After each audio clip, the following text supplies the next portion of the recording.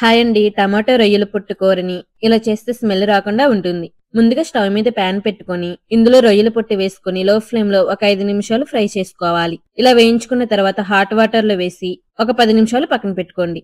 ఇలా చేయడం వల్ల స్మెల్ పోయి రొయ్యల్లో ఉన్న ఇసుక కూడా పోతుంది. ఇప్పుడు స్టవ్ మీద ప్యాన్ పెట్టుకొని ఇందులో 2 స్పూన్ల ఆయిల్ వేసుకొని కొంచెం ఆవాలు, కొంచెం జీలకర్ర, ఒక రెమ్మ కరివేపాకు వేసి 1 నిమిషం ఫ్రై చేసుకోవాలి. నెక్స్ట్ ఇందులో సన్నగా తరిగిన ఒక ఉల్లిపాయ, కొంచెం ఉప్పు, కొంచెం పసుపు వేసుకుని ఉల్లిపాయలు మగ్గేంత వరకు వేయించుకోవాలి. ఉల్లిపాయ మగ్గిన తర్వాత 1 స్పూన్ కారం, 1 టీ స్పూన్ ధనియాల పొడి వేసి 1 నిమిషం వేయించుకోవాలి. ఇప్పుడు మనం వేయించి వేడి నీళ్ళలో నానపెట్టుకున్న రొయ్య పొట్టి వేసుకుని ఒకసారి కలిపి మూత పెట్టి ఒక 5 నిమిషాలు మీడియం ఫ్లేమ్ లో మగ్గనివ్వాలి. ఇప్పుడు ఇందులో సన్నగా తరిగిన 3 టమాటాలు వేసుకుని టమాటా మగ్గేంత వరకు మూత పెట్టి ఉడికించుకోవాలి. టమాటా మగ్గాక 1 కప్పు నీళ్లు పోసి ఒకసారి కలిపి మూత పెట్టి ఆయిల్ పైకి తేలేంత వరకు ఉడికించుకోవాలి.